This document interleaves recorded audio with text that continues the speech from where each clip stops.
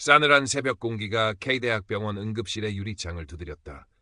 응급의학과 전문의 2년차 강지우는 밀려드는 환자들과 사투를 벌인 후 텅 빈 복도에 홀로 서 있었다. 그의 입에서 자신도 모르게 새어나온 말이었다. 24시간을 꼬박 넘긴 근무, 뇌는 알코올에 절은 솜처럼 무거웠고 눈꺼풀은 천근만근이었다. 하지만 그는 잠들 수 없었다. 방금 전 그의 손에서 한 생명이 떠나갔다.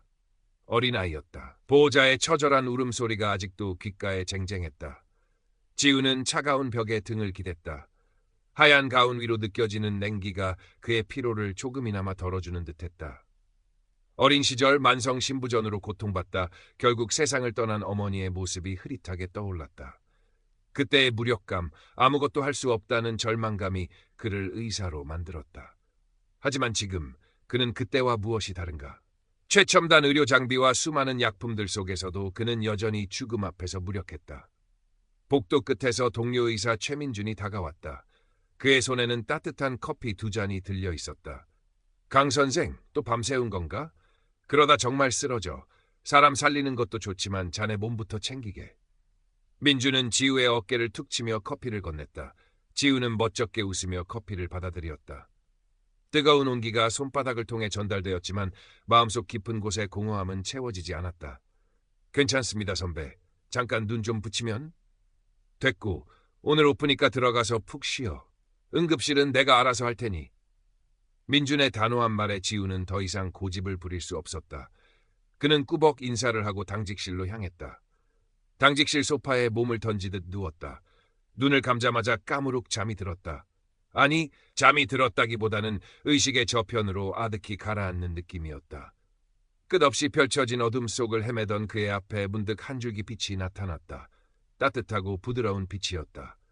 지우는 본능적으로 그 빛을 향해 걸어갔다. 빛이 점점 강해지면서 그는 형언할 수 없는 평화와 안도감에 휩싸였다. 모든 고통과 피로가 사라지고 그의 존재 전체가 가볍게 떠오르는 듯했다. 그리고 그 빛 속에서 꿈에도 그리던 어머니를 만났다. 젊고 건강했던 시절의 모습 그대로였다. 어머니는 아무 말 없이 그를 따뜻하게 안아주었다. 그 품 안에서 지우는 어린아이가 된 것처럼 모든 슬픔과 아픔을 토해냈다. 눈물이 쉴 새 없이 흘러내렸지만 그것은 더 이상 고통의 눈물이 아니었다. 정화와 치유의 눈물이었다. 지우야, 내 아들. 어머니의 목소리가 그의 영혼을 어루만졌다. 아직은 네가 올 때가 아니란다. 내게는 아직 할 일이 남아있어. 그 목소리가 점점 멀어지면서 지우는 다시 현실 세계로 끌려 나오는 것을 느꼈다. 가슴이 터질 듯한 고통과 함께 누군가 자신을 다급하게 부르는 소리가 들렸다. 강 선생, 정신 차려! 강지우. 최민준의 절박한 목소리였다. 지우는 천천히 눈을 떴다. 자신의 몸 위로 다급하게 움직이는 민준의 모습과 제세동기의 스파크가 보였다. 자신이 심정지 상태에 빠졌었다는 것을 깨달았다. 민준의 필사적인 심폐소생술 덕분에 그는 극적으로 살아난 것이었다. 강 선생, 정말 죽는 줄 알았잖아. 민준은 안도의 한숨을 내쉬며 주저앉았다. 지우는 멍한 표정으로 천장을 바라보았다. 방금 전까지 경험했던 빛과 어머니의 모습이 너무나도 생생했다.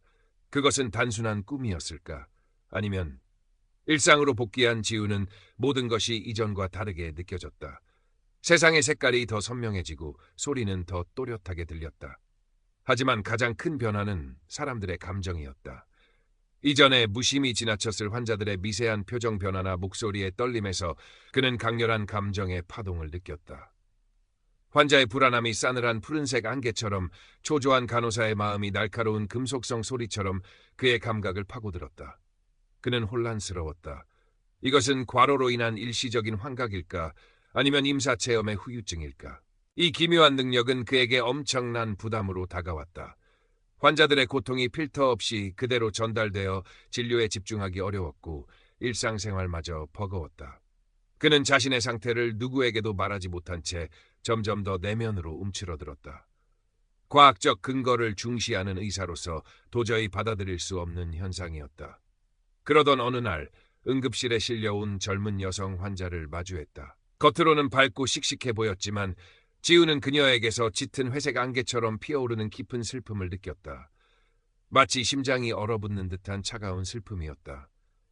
자신도 모르게 그는 여성에게 말을 건넸다. 혹시 최근에 많이 힘든 일 있으셨어요? 혼자 너무 애쓰지 않아도 괜찮아요. 그 말을 듣는 순간 여성은 참고 있던 눈물을 터뜨렸다. 그녀는 남자친구와의 이별과 취업 실패로 인해 극심한 우울증을 앓고 있었다고 털어놓았다. 지우는 그녀의 이야기를 들어주며 자신이 느낀 회색빛 슬픔이 그녀의 절망감과 정확히 일치함을 깨달았다. 그는 처음으로 자신의 이 이상한 능력이 타인의 아픔을 이해하고 어쩌면 위로를 건네는 데 쓰일 수도 있다는 생각을 어렴풋이 하게 되었다. 하지만 동시에 타인의 감정의 무게에 짓눌리는 듯한 피로감도 느꼈다. 자신의 상태에 대한 해답을 찾던 지우는 우연히 병원 게시판에서 마음 챙김과 치유, 워크숍 안내문을 보게 되었다. 워크숍을 진행하는 명상 지도자 윤서하의 프로필 사진 속 온화한 미소가 그의 마음을 끌었다. 믿져야 본전이라는 생각으로 그는 워크숍에 참여 신청을 했다. 워크숍이 열리는 곳은 서울 근교의 한적한 산자락에 위치한 작은 명상센터였다. 도시의 소음에서 벗어나 자연 속에 자리 잡은 그곳은 평화롭고 고요했다. 윤서아는 차분하고 따뜻한 목소리로 명상과 마음 챙김에 대해 이야기했다.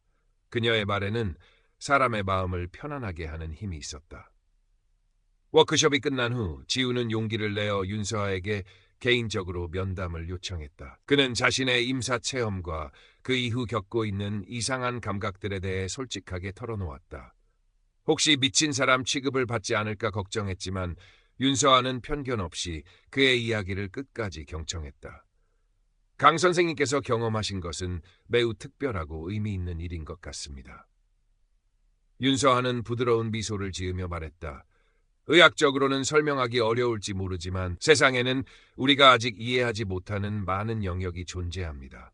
선생님께서 느끼시는 감각들은 어쩌면 공감각적 감수성이라고 부를 수 있을 것 같아요. 타인의 감정을 마치 자신의 것처럼 혹은 다른 감각으로 느끼는 것이죠. 그녀는 지우에게 이 능력이 저주가 아니라 타인을 더 깊이 이해하고 연결될 수 있는 특별한 선물일 수도 있다고 설명했다. 그리고 이 능력을 조절하고 긍정적으로 활용할 수 있는 명상법과 마음가짐에 대해 구체적으로 안내해 주었다. 윤서아와의 만남은 지우에게 큰 위안과 용기를 주었다. 그는 처음으로 자신의 경험을 긍정적으로 바라볼 수 있게 되었고 혼란스러웠던 마음도 조금씩 안정을 찾아갔다. 그 후로 지우는 윤서아의 지도를 받으며 꾸준히 명상을 실천했다.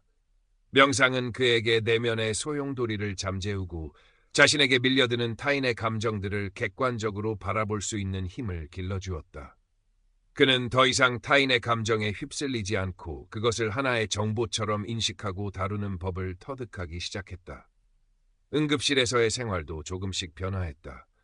그는 여전히 바쁘고 힘들었지만 이전처럼 절망감에 빠지거나 냉소적으로 변하지 않았다. 환자들의 고통스러운 감정이 느껴질 때면 그는 잠시 호흡을 가다듬고 그 감정의 근원을 헤아리려 노력했다. 그리고 그의 말과 행동에는 이전보다 더 깊은 공감과 진심이 담겼다. 어머니 많이 놀라셨죠? 아이는 괜찮을 겁니다. 저희가 최선을 다하고 있어요. 할아버지 통증이 심하시면 참지 마시고 꼭 말씀해 주세요. 그의 따뜻한 말 한마디에 환자들과 보호자들은 불안감을 덜고 안정을 찾는 듯했다. 최민준도 지우의 변화를 감지했다. 강 선생, 요즘 뭔가 좀 달라진 것 같아. 전보다 훨씬 편안해 보인다고 할까? 지우는 그저 옅은 미소로 답했다. 자신의 변화를 굳이 설명할 필요는 없었다. 중요한 것은 자신이 지금 이 순간 생명을 구하는 일에 더 깊은 의미를 느끼고 있다는 사실이었다. 하지만 그의 새로운 능력은 때때로 예기치 않은 방식으로 그를 시험에 들게 했다. 어느 날 만취 상태로 응급실에 실려와 난동을 부리는 중년 남자가 있었다. 남자에게서는 시뻘건 분노와 함께 역겨운 검은색의 자기 혐오가 느껴졌다. 지우는 본능적으로 그 감정의 폭력성에 몸서리쳤지만 동시에 그 이면에 숨겨진 깊은 고독과 슬픔도 감지할 수 있었다. 그는 다른 의료진들이 남자를 제압하려는 동안 조용히 남자에게 다가가 낮은 목소리로 말했다. 선생님, 많이 힘드셨군요. 하지만 이렇게 자신을 해치시면 안 됩니다. 그 순간 남자의 거친 행동이 잠시 멈칫했다. 그의 눈빛이 흔들리는 것을 지우는 놓치지 않았다. 비록 짧은 순간이었지만 지우는 자신의 말이 남자의 가장 깊은 곳에 가닿았음을 느꼈다. 시간이 흐르면서 지우는 자신의 능력을 조금씩 더 잘 이해하고 활용하게 되었다. 그는 이제 타인의 감정을 색깔이나 소리뿐 아니라 때로는 특정 이미지나 장면으로도 느끼곤 했다. 그것은 마치 상대방의 무의식 속에 저장된 기억의 파편들 같았다. 이러한 경험들은 그에게 인간 내면의 복잡성과 다양성에 대한 깊은 통찰을 안겨주었다. 물론 여전히 어려움은 있었다. 수많은 부정적인 감정들에 노출되는 것은 그의 정신을 끊임없이 소진시켰고, 때로는 자신의 감정과 타인의 감정을 분리하는 것이 힘들기도 했다. 하지만 그는 포기하지 않았다. 윤서아의 조언과 명상, 그리고 무엇보다 응급실에서 만나는 수많은 생명들과의 교감을 통해 그는 조금씩 성장해 나가고 있었다. 폭설이 세상을 하얗게 뒤덮던 어느 겨울밤이었다. 응급실은 크고 작은 사고로 실려온 환자들로 평소보다 더욱 북새통을 이루었다. 그때 119 구급대원들에 의해 교통사고로 중상을 입은 일가족이 긴급 이송되어 왔다. 부모는 비교적 경상이었지만 함께 타고 있던 5살 배기 딸 소윤이는 의식이 없는 위중한 상태였다. 지우의 심장이 서늘하게 내려앉았다. 어린아이, 그리고 절망에 빠진 부모의 모습은 그의 가장 아픈 기억을 건드렸다. 그는 즉시 소윤이의 상태를 확인하고 응급처치에 들어갔다. 뇌출혈이 의심되는 상황, 1분 1초가 급박했다. 수술 준비를 지시하며 소윤이의 작은 손을 잡았을 때 지우는 강렬한 감각에 휩싸였다. 소윤이에게서는 짙고 차가운 붉은색 공포가 느껴졌다. 마치 날카로운 유리 조각들이 온몸을 찌르는 듯한 고통스러운 감각이었다. 하지만 그 붉은색 공포의 심연 깊은 곳에서 그는 가느다랗지만 끈질기게 타오르는 초록색 생명력의 빗줄기를 발견했다. 그것은 마치 혹독한 겨울을 이겨내고 피어나는 작은 새싹과도 같았다. 소윤아, 괜찮아. 넌 강한 아이야. 지우는 자신도 모르게 속삭였다. 그의 목소리는 떨리고 있었지만 그 안에는 간절한 염원이 담겨 있었다. 두려워하지 마. 여기 아저씨가, 그리고 엄마 아빠가 곁에 있어. 그는 소윤이의 머리를 부드럽게 쓰다듬으며 자신이 느낀 초록색 생명력의 이미지를 떠올렸다. 그리고 그 이미지를 자신의 모든 염원을 담아 소윤이에게 전달하려는 듯 집중했다. 수술실로 옮겨진 소윤이의 상태는 계속해서 악화되었다. 지우는 과거 어머니를 수술실로 떠나보내야 했던 순간의 무력감과 싸우며 필사적으로 수술을 이어갔다. 모니터의 수치들은 절망적인 곡선을 그렸고 함께 수술에 참여한 의료진들의 얼굴에도 어두운 그림자가 드리워졌다. 그때 수술실 밖에서 소윤이 부모의 절규에 가까운 울음소리가 들려왔다. 지우는 잠시 눈을 감았다. 그들의 슬픔이 황금빛으로 응축되어 소윤이에게 흘러 들어가는 듯한 이미지가 떠올랐다. 그는 다시 한번 소윤이에게 집중했다. 살고 싶어, 살고 싶어. 아이의 작지만 강렬한 의지가 그의 가슴을 울렸다. 포기하지 마, 소윤아. 조금만 더 힘을 내. 그는 의학적 처치를 계속하면서도 끊임없이 마음속으로 소윤이에게 말을 걸었다. 그의 손길은 그 어느 때보다 섬세하고 정확했다. 마치 보이지 않는 힘이 그를 이끄는 듯했다. 몇 시간의 사투가 흘렀다. 기적적으로 소윤이의 생체 징후가 조금씩 안정을 찾기 시작했다. 모니터의 수치들이 희망적인 신호를 보내기 시작했을 때 수술실 안의 모든 의료진들은 자신도 모르게 안도의 한숨을 내쉬었다. 지우는 이마에 맺힌 땀을 닦으며 힘없이 늘어져 있던 소윤이의 작은 손을 다시 한번 잡았다. 그곳에선 여전히 따뜻한 온기가 느껴졌다. 수술이 끝나고 지우는 뜬 눈으로 밤을 새운 소윤이 부모에게 다가갔다. 수술은 잘 끝났습니다. 아이가 강한 의지를 보여주었어요. 아직 안심할 단계는 아니지만 고비는 넘긴 것 같습니다. 그의 말에 소윤이, 부모는 서로를 부둥켜 안고 오열했다. 지우는 그들의 어깨를 가만히 두드리며 말했다. 부모님의 사랑이 아이에게 가장 큰 힘이 될 겁니다. 저희도 끝까지 최선을 다하겠습니다. 그 순간 지우는 깨달았다. 자신의 이 특별한 능력이 단순히 타인의 감정을 느끼는 것을 넘어 그들과 깊이 연결되고 절망 속에서도 희망을 찾아내며 긍정적인 에너지를 전달할 수 있는 통로가 될 수 있다는 것을. 그것은 의학적 지식만으로는 결코 도달할 수 없는 인간과 인간 사이의 가장 깊은 교감이었다. 이 깨달음은 그의 가슴을 뜨겁게 만들었다. 그 후 몇 달이 흘렀다. 소윤이는 기적적으로 건강을 회복하여 퇴원했고 지우는 여전히 K대학병원 응급실 의사로 바쁜 나날을 보내고 있었다. 하지만 그의 모습은 이전과는 확연히 달라져 있었다. 만성적인 피로에 찌들어 있던 얼굴에는 온화함과 깊이가 더해졌고 환자를 대하는 그의 눈빛에서는 따뜻한 연민과 이해가 느껴졌다. 그는 더 이상 타인의 감정에 압도당하지 않았다. 윤서아와의 꾸준한 명상과 수련을 통해 그는 자신에게 밀려드는 다양한 감정의 파고 속에서도 내면의 중심을 잡는 법을 터득했다. 이제 그는 타인의 감정을 하나의 소중한 신호로 받아들이고 그것을 통해 상대방의 가장 깊은 필요를 읽어내려 노력했다. 때로는 응급처치가 시급한 환자에게 의학적인 조치를 취하면서도 그의 다른 한 손은 불안에 떠는 보호자의 손을 잡아주었고 그의 목소리는 절망에 빠진 이들에게 작은 희망의 불씨를 지폈다. 동료들은 그의 변화를 놀라움과 존경심으로 바라보았다. 특히 최민주는 지우에게 진심으로 말했다. 강 선생, 자네 정말 대단해. 예전에도 물론 훌륭한 의사였지만 지금은 뭐랄까 사람의 영혼을 치료하는 의사 같아. 지우는 쑥스러운 듯 웃으며 답했다. 과찬이십니다, 선배. 저는 그저 제가 할 수 있는 일을 할 뿐입니다. 어느 늦은 봄날 저녁, 지우는 퇴근길에 잠시 병원 앞 작은 공원 벤치에 앉았다. 해질녘의 부드러운 햇살이 그의 어깨 위로 쏟아졌다. 그는 눈을 감고 가만히 귀를 기울였다. 도시의 소음 너머로 수많은 사람들의 다채로운 감정의 빛깔과 소리들이 느껴졌다. 기쁨의 반짝이는 노란색, 슬픔의 고요한 푸른색, 분노의 격렬한 붉은색, 희망의 싱그러운 초록색. 그것은 더 이상 그에게 혼란이나 고통이 아니었다. 살아 숨쉬는 세상과의 생생한 연결고리이자 그가 앞으로 나아가야 할 길을 밝혀주는 등불과도 같았다. 그는 자신의 임사 체험과 그로 인해 얻게 된 특별한 능력에 대해 다시 한번 생각했다. 그것은 분명 신이 주신 두 번째 삶의 기회이자 타인의 아픔에 더 깊이 공감하고 그들을 도우라는 소명일 것이었다.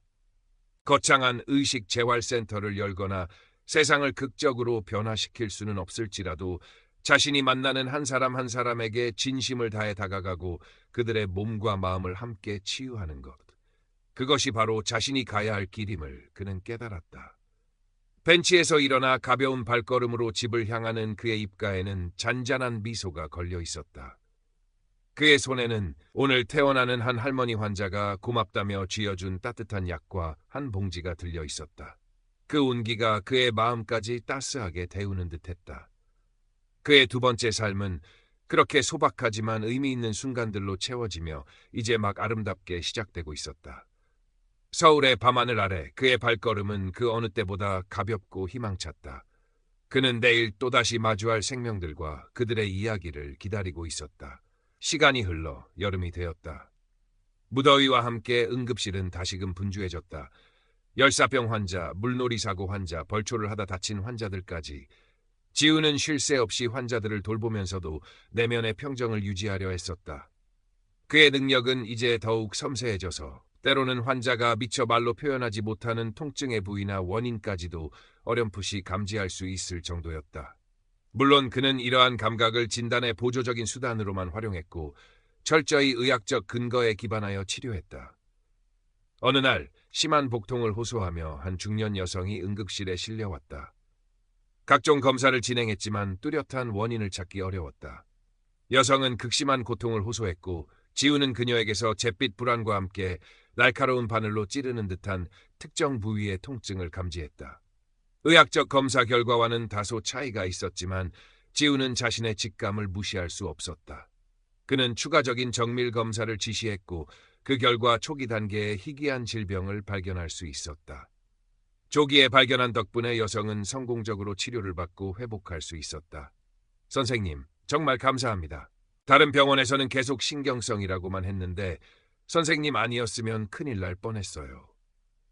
퇴원하는 여성의 진심 어린 감사 인사에 지우는 그저 자신의 일을 했을 뿐이라고 답했지만 마음 한구석에서는 이 능력이 누군가의 생명을 구하는 데 실질적인 도움을 줄 수 있다는 사실에 깊은 감사함을 느꼈다. 윤서아와의 만남도 꾸준히 이어졌다. 그녀는 지우에게 단순한 명상 지도자를 넘어 인생의 멘토와도 같은 존재가 되었다. 지우는 그녀와의 대화를 통해 자신의 경험을 더욱 깊이 이해하고 영적인 성장을 지속할 수 있었다. 지우 씨의 능력은 마치 섬세한 악기와 같아요. 어느 날 윤서아가 말했다. 처음에는 조율되지 않은 소리가 시끄럽게 들리겠지만 꾸준히 연주하고 다듬다 보면 아름다운 하모니를 만들어낼 수 있을 거예요. 중요한 것은 그 악기를 어떤 마음으로 무엇을 위해 연주하느냐겠죠. 그녀의 말은 지우에게 큰 울림을 주었다. 그는 자신의 능력을 단순히 타인의 감정을 읽는 것을 넘어 그들과 진정으로 소통하고 긍정적인 영향을 주는 데 사용하기로 다시 한번 다짐했다. 가을이 깊어갈 무렵 병원에서는 연례 자선 바자회가 열렸다. 지우도 잠시 짬을 내어 바자회에 들렀다. 그때 한쪽 구석에서 그림을 그리고 있는 아이들을 보았다. 그중 유난히 눈에 띄는 아이가 있었다. 예전에 그가 응급수술을 했던 소윤이었다. 건강을 완전히 회복한 소윤이는 밝고 명랑한 모습으로 그림을 그리고 있었다. 지우가 다가가자 소윤이는 그를 알아보고 환하게 웃었다. 의사 선생님. 소윤이의 어머니도 지우를 발견하고 반갑게 인사했다. 선생님, 덕분에 우리 소윤이가 이렇게 건강해졌어요. 정말 감사합니다. 지우는 소윤이가 그린 그림을 보았다. 따뜻한 햇살 아래 활짝 웃고 있는 가족의 모습이었다. 그림 속에는 의사 가운을 입은 자신과 비슷한 인물도 그려져 있었다. 그림에서 느껴지는 순수하고 따뜻한 노란색의 행복감이 지우의 마음을 가득 채웠다. 그는 이 순간을 오래도록 잊지 못할 것 같았다. 생명을 살리는 의사로서의 보람, 그리고 인간과 인간 사이의 따뜻한 연결이 주는 감동이 그의 가슴을 벅차게 했다. 겨울이 다시 찾아왔다. 지우는 여전히 K대학병원 응급실을 지키고 있었다. 그의 삶은 여전히 고되고 바빴지만 이제 그의 마음은 이전과 달랐다. 그는 더 이상 기계처럼 일하지 않았다. 매 순간 살아있음을 느끼고 자신이 만나는 모든 생명과 진심으로 교감하려 노력했다. 그의 내면에는 임사 체험을 통해 얻은 깊은 평화와 사랑이 자리 잡고 있었고 그것은 그 어떤 어려움 속에서도 그를 지탱해주는 힘이 되었다. 어느덧 한 해의 마지막 날이었다. 창밖에는 하얀 눈이 소리 없이 내리고 있었다. 응급실은 여느 때처럼 분주했지만 그 속에서도 어딘가 모르게 차분하고 경건한 분위기가 감돌았다. 지우는 잠시 창가에 서서 내리는 눈을 바라보았다. 그의 마음속에는 지나온 한 해 동안 만났던 수많은 얼굴들과 그들의 이야기가 스쳐 지나갔다. 기쁨과 슬픔, 희망과 절망, 산과 죽음의 순간들이 파노라마처럼 펼쳐졌다. 그때 최민준이 다가와 그의 어깨에 손을 얹었다. 강 선생, 새해에도 잘 부탁하네. 자네 덕분에 우리 응급실 분위기가 많이 따뜻해졌어. 지우는 돌아보며 미소 지었다. 선배님 거서 늘 든든합니다. 새해에도 함께 힘내시죠. 두 사람은 잠시 말없이 창밖의 눈을 바라보았다. 세상의 모든 소음이 잦아들고 오직 평화로운 침묵만이 그들을 감싸는 듯했다. 지우는 가슴 깊이 차오르는 감사함을 느꼈다. 자신에게 주어진 이 두 번째 삶, 그리고 그 삶 속에서 만나는 모든 인연들에 대한 감사함이었다. 그의 여정은 아직 끝나지 않았고 앞으로 또 어떤 만남과 이야기가 기다리고 있을지 알 수 없었다. 하지만 그는 두렵지 않았다. 그의 마음속에는 언제나 꺼지지 않는 희망의 빛이 타오르고 있었으니까. 서울의 밤하늘 아래 하얀 눈처럼 순수하고 아름다운 그의 두 번째 이야기는 그렇게 계속되고 있었다. Current Part Characters 5334 Total Characters 2,299 몇 년의 시간이 더 흘렀다. 강지우는 이제 응급의학과에서 잔뼈가 굵은 중견 의사가 되어 있었다. 그의 특별한 공감 능력은 여전히 그와 함께했지만 이제 그는 그것을 마치 자신의 몸의 일부처럼 자연스럽게 다룰 수 있게 되었다.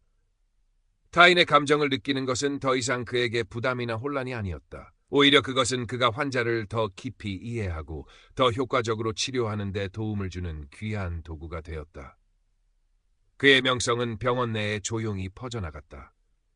원인을 알 수 없는 통증으로 고통받는 환자들이나 심리적인 문제로 치료에 어려움을 겪는 환자들이 그의 진료를 받기 위해 찾아오기도 했다. 그는 의학적인 치료와 함께 그들의 마음에 귀 기울이고 진심으로 공감함으로써 많은 이들에게 희망과 위안을 주었다. 그는 여전히 의식재활센터 같은 거창한 시설을 운영하지는 않았지만 그가 있는 응급실 자체가 그리고 그가 만나는 모든 순간이 사람들의 몸과 마음을 치유하는 작은 성소가 되어가고 있었다. 윤서하와의 인연도 계속되었다.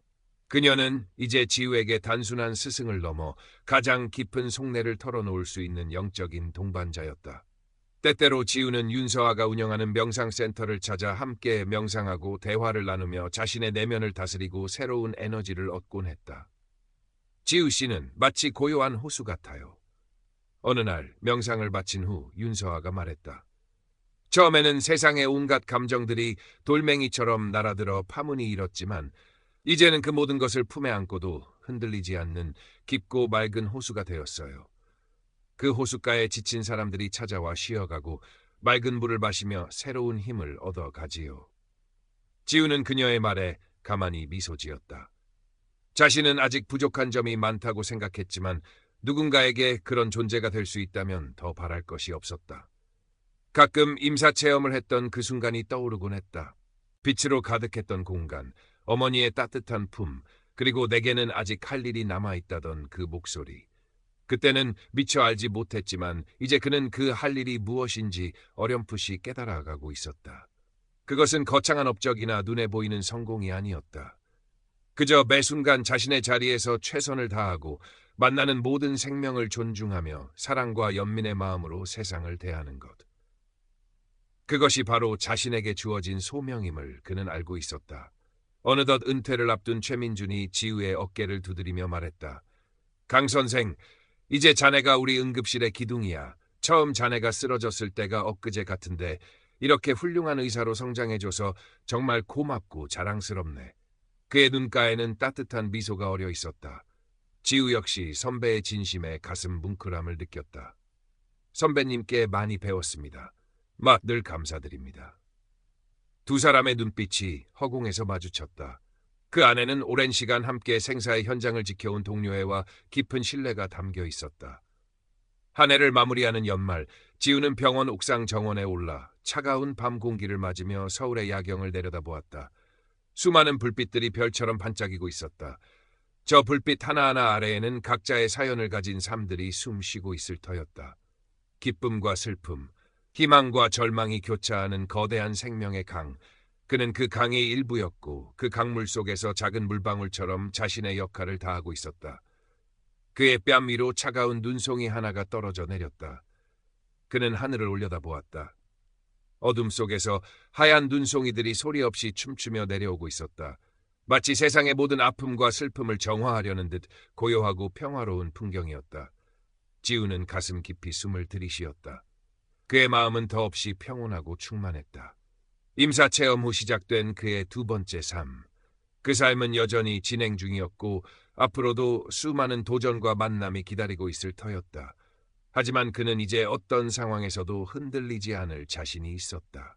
그의 내면에는 사랑이라는 가장 강력한 힘이 그리고 모든 존재와 연결되어 있다는 깊은 깨달음이 뿌리내리고 있었기 때문이었다.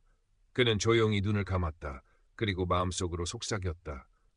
어머니, 이제야 당신께서 제게 남기신 숙제의 의미를 조금은 알 것 같습니다. 감사합니다. 그리고 사랑합니다. 다시 눈을 떴을 때 그의 얼굴에는 세상 그 무엇과도 바꿀 수 없는 평화로운 미소가 떠올라 있었다. 서울의 밤은 깊어갔고 하얀 눈은 밤새도록 내려 이 도시를 그리고 그의 마음을 따뜻하게 감싸줄 것만 같았다.